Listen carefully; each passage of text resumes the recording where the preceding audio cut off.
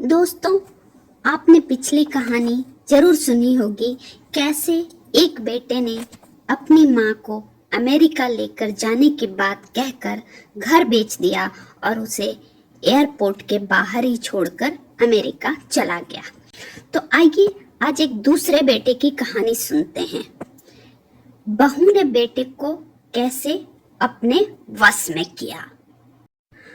Professor साहब बैठे हुए पेपर पढ़ रहे थे, तभी एक औरत जो उनकी रिश्तेदार थी मिलने आई, जिसके बेटे की अभी अभी शादी हुई थी, कुछ 15-20 दिन ही हुए थे, और वह प्रोफेसर साहब से कहने लगी, भाई साहब, मेरा बेटा हमारी एक भी बात नहीं सुनता, लेकिन वह अपने ससुराल वालों की बहुत इज्जत करता है। अपने सास ससुर और पत्नी की हर बात मानता है।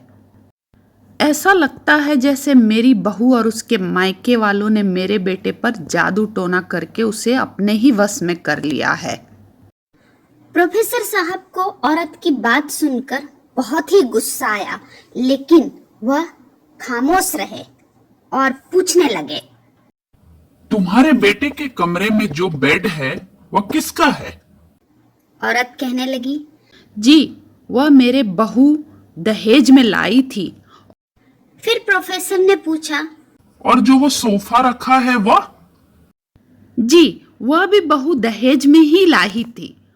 और जो अलमारी है वह? जी, वह भी बहू का ही है। फिर प्रोफेसर साहब ने उस औरत से पूछा, जिस बर्तन में वह खाना खाता है और पानी पीता है, वह डिनर सेट, वह ड्रेसिंग टेबल जिसके सामने खड़े होकर वह कंघी करता है, वह भी आपकी बहू का ही होगा ना? प्रोफेसर साहब की बातें सुनकर औरत शर्मिंदा हो गई और धीमी आवाज में कहा, जी, वह भी बहू ही लाई है। फिर प्रोफेसर साहब मुस्कुराए और कहने लगे, बहन जी, आपका बेटा सोता है अपने ससुर के दिए हुए बिस्तर पर, वह बैठता है अपने ससुर के दिए हुए सोफे पर, उन्हीं के दिए हुए बर्तनों में खाना खाता है, पानी पीता है, और तैयार होने के लिए भी उन्हीं के दिए हुए ड्रेसिंग टेबल का उपयोग करता है।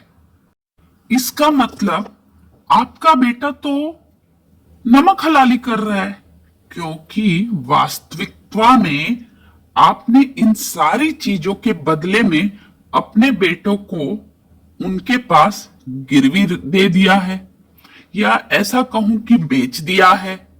जब आपका बेटा हर छोटी से छोटी और बड़ी से बड़ी चीज, जैसे कि बेड, सोफा, बिस्तर, कंबल, चादर, बर्तन, फिर यहां तक कि कंघी भी अपने ससुराल वालों का दिया हुआ उपयोग कर रहा है, आपने तो उसकी खुददारी उसी दिन मार दी थी जिस दिन यह सारा सामान आप ट्रक भरकर बड़ी खुशी के साथ अपने घर ले आई थी।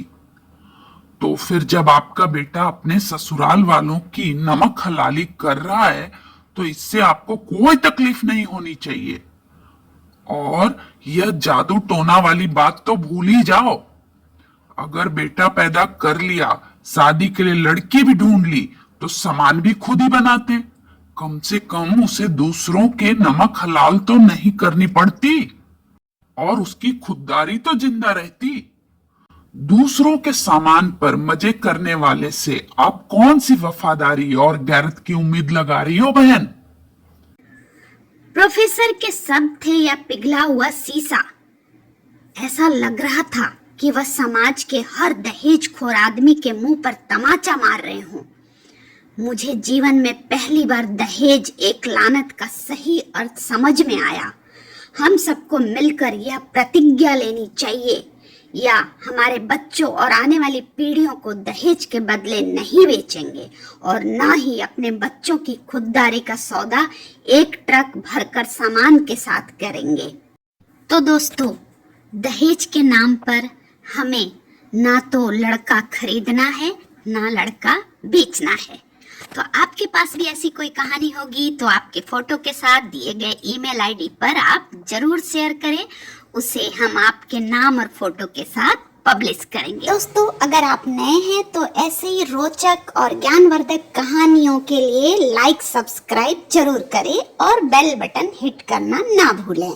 तो चलिए मिलते हैं अगली कुछ अच्छी सी कहानी के साथ और हम लोगों को जागरूक करें। धन्यवाद।